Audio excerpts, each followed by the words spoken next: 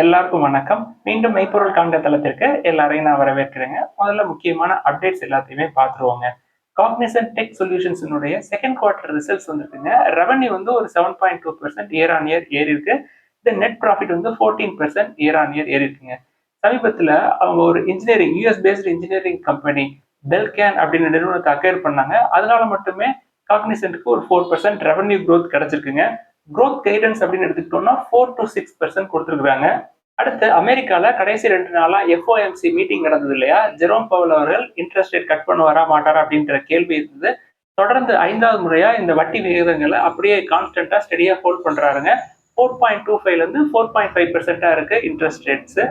September மீட்டிங்லயும் interest rate இருக்குமா அப்படின்னு சொல்லி உறுதியா சொல்ல முடியாது. அதாவது டேரிஃபோட இம்பாக்ட்னால இன்ஃபிளேஷன் ஏறுமா இறங்குமா அது சம்பந்தமான கிளாரிட்டி கிடைக்கிற வரைக்கும் இன்ட்ரெஸ்ட் ரேட் கட் பண்ண மாட்டார் அப்படின்றது தெளிவா புரியுதுங்க.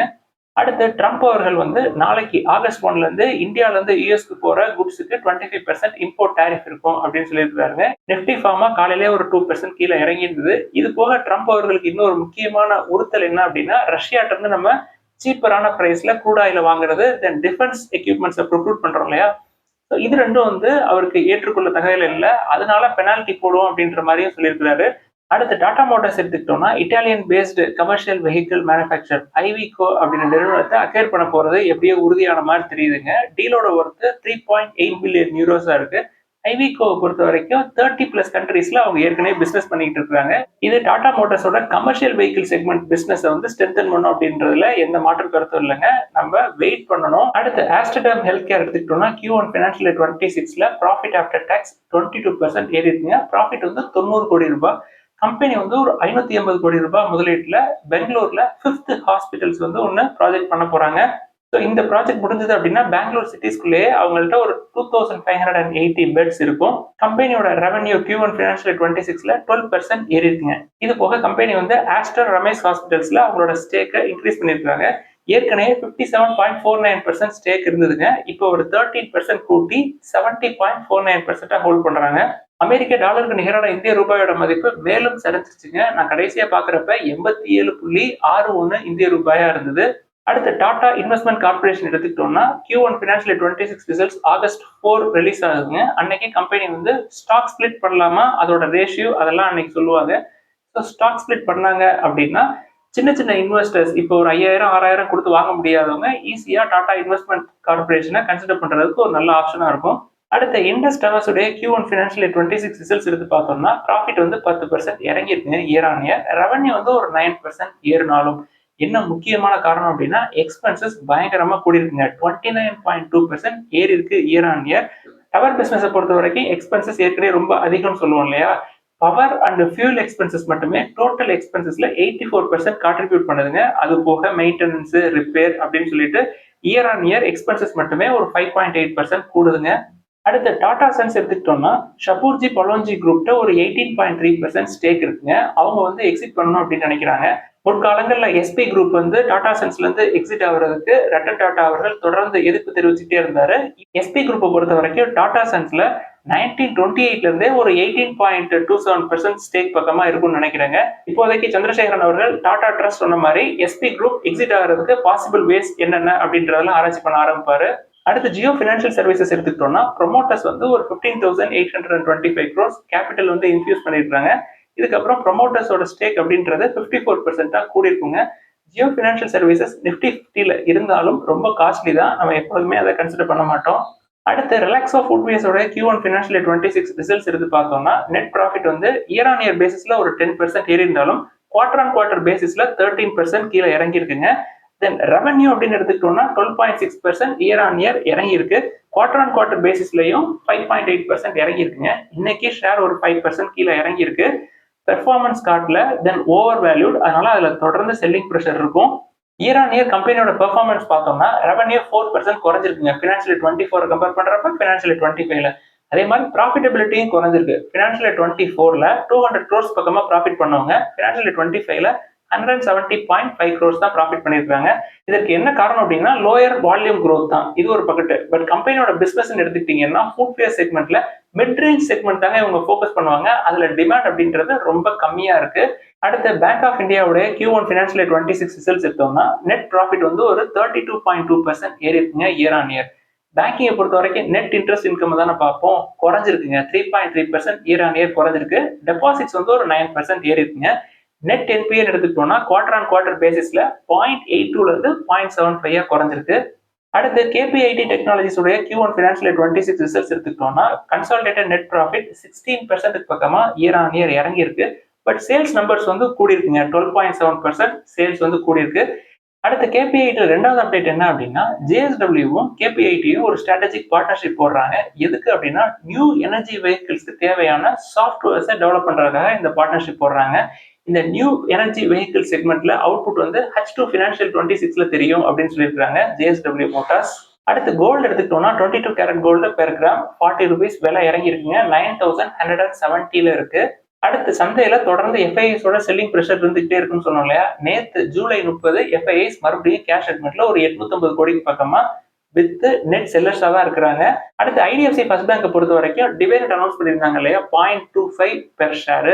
இன்னைக்கு எல்லாருக்குமே டிவிடெண்ட் வந்து கிரெடிட் ஆயிருக்கும். அதே மாதிரி ஐடிசியோட டிவிடெண்ட் வந்து நேத்து கிரெடிட் ஆயிருக்கும் அப்படின்னு சொல்லியிருந்தோம்.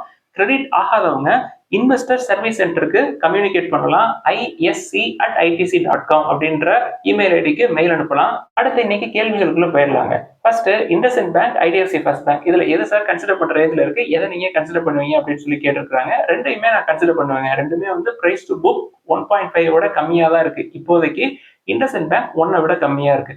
அடுத்தது இண்டஸ்இண்ட் பேங்கோட ப்ரொமோட்டர் ஸ்ட்ராங்கான ப்ரொமோட்டர்னு சொல்றீங்க, அப்புறம் எதுக்கு ஷேர்ஸை பிளஸ் பண்ணி வச்சிருக்காங்க அப்படின்னு சொல்லி கேட்கறாங்க. இண்டஸ்இண்ட் பேங்கோட ப்ரொமோட்டர் அப்படின்னு எடுத்துக்கிட்டோம்னா இண்டஸ்இண்ட் இன்டர்நேஷனல் ஹோல்டிங் தான். அவங்களுக்கு வந்து இண்டஸ்இண்ட் பேங்க்ல மட்டும் அவங்க ப்ரொமோட்டரா இல்லைங்க, இது போக அவங்கள்ட்ட நிறைய பிசினஸ் இருக்கு. இண்டஸ்இண்ட் பேங்கோட பிசினஸ்க்கு தேவையான அமௌண்ட்டை அவங்க தான் தனியா பிளஸ் பண்ணி எடுத்துக்கணுங்க. இண்டஸ்இண்ட் பேங்கோட ஷேர்ஸ்ல இருந்து அவங்க பிளஸ் பண்ணி எடுப்பாங்க.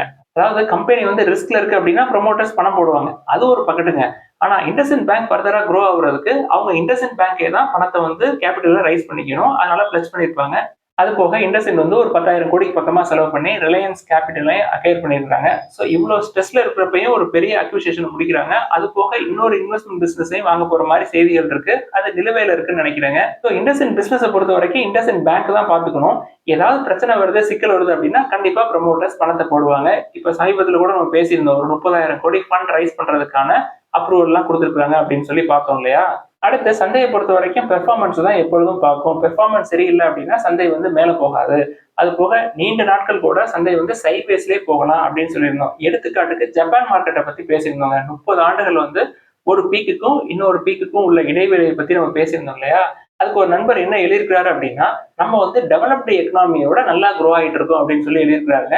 அப்படிதாங்க இருக்கும். டெவலப்டு எக்கனாமி அப்படின்னா growth கம்மியா தான் இருக்கும். டெவலப்பிங் எக்கனாமில தான் growth வந்து கொஞ்சம் அதிகமா இருக்கும். நான் என்ன சொல்றேன், இந்த growth பத்தாது அப்படின்னு சொல்றேங்க. எதை வச்சு சொல்றேன் அப்படின்னா ஆனந்த் நாகேஸ்வரன் அவர்கள் சொன்னதை வச்சுதான் நானும் சொல்றேன். நம்ம வந்து ஒரு 8 to 9% க்ரோ ஆகணுங்க கண்டிப்பா. தென் ஜப்பானோட பாப்புலேஷனை கம்பேர் பண்றப்ப இந்தியாவோட பாப்புலேஷன் வந்து ரொம்ப அதிகம் அப்படின்னு சொல்லியிருக்கிறாருங்க. எவ்வளவு பாப்புலேஷன் இருந்தாலும் சரிங்க, இனி வரக்கூடிய காலங்கள்ல ஸ்கில் அப்படின்றது ரொம்ப ரொம்ப முக்கியமான தேவையா இருக்குங்க. இந்த ஸ்கில் அப்படின்ற விஷயத்தை எடுத்துக்கிட்டோம்னா சமீபத்தில் HCL டெக்னாலஜிஸ்ல ஒர்க் பண்ற என்னோட நண்பர்கிட்ட சமீபத்தில் பேசியிருந்தோங்க. அவர்கிட்ட இந்த ஸ்கில் பத்தி பேசினப்ப HCLல ஏஐயோட இம்பாக்ட் வந்து இனி வரக்கூடிய காலங்கள்ல எப்படி இருக்கும், எத்தனை வருஷத்துல இதோட இம்பாக்ட் நம்ம பார்க்கலாம் அப்படின்னு சொல்லி கேட்டிருந்தேன் அவர்கிட்ட. இன்னும் 2-3 வருஷத்துலயே நம்ம பார்க்கலாம் அப்படின்னு சொல்லியிருக்கிறாருங்க.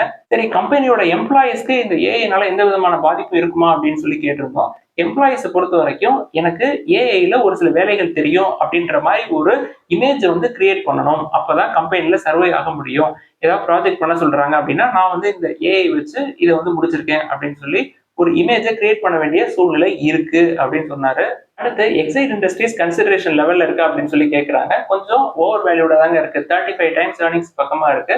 எக்ஸைட் காஸ்ட்லி அப்படின்னாலும் அமர் ராஜா 20 டைம்ஸ் ஏர்னிங்ஸ் கீழே தான் இருக்கு. ஸோ அமர் ராஜா எனர்ஜியை தொடர்ந்து கன்சிடர் பண்ணலாம். எப்பெல்லாம் 1000 கீழே வருதோ அப்பெல்லாம் கன்சிடர் பண்ணலாம்.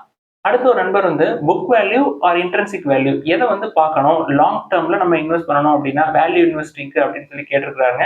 இன்ட்ரென்சிக் வேல்யூ கண்டுபிடிக்கிறது கொஞ்சம் கஷ்டங்க. அது ஃபியூச்சர் ஏர்னிங்ஸை வச்சு இன்ட்ரென்சிக் வேல்யூ கண்டுபிடிப்பாங்க. என்னை பொறுத்த வரைக்கும் புக் வேல்யூ வச்சே நம்ம வந்து பார்க்கலாம். புக் வேல்யூ எதுக்கு பார்க்கலாம் அப்படின்னா banking, financial services, micro finance, gold loan finance இந்த மாதிரி நிறுவனங்களுக்கு புக் வேல்யூ வச்சே பார்க்கறது சேஃபா இருக்குங்க. அடுத்து கேட்வே டிஸ்ட்ரிக்ட் பார்க்ஸ் பத்தி நண்பர் ஒருத்தர் எழுதியிருக்கிறாரு. நம்ம த்ரெஷோல்ட விட அதுக்கு டெட் டு ஈக்விட்டி அதிகமா இருக்கே சார், அதை நீங்க கன்சிடர் பண்றீங்களே அப்படின்னு சொல்லி எழுதியிருக்கிறாருங்க. கொஞ்சம் என்னால எவ்வளவு ரிஸ்க் எடுக்க முடியுமோ அதை தாங்க நான் கேட்வே டிஸ்ட்ரிக்ட் பார்க்ஸ்ல எடுத்தேன். அதனாலதான் அதை மெயின் லிஸ்ட்ல சேர்க்கலங்க. டெட் டு ஈக்விட்டி கம்மியா இருந்தது அப்படின்னா கேட்வே டிஸ்ட்ரிக்ட் பார்க்ஸை மெயின் லிஸ்ட்லயே சேர்த்திருப்பேன்.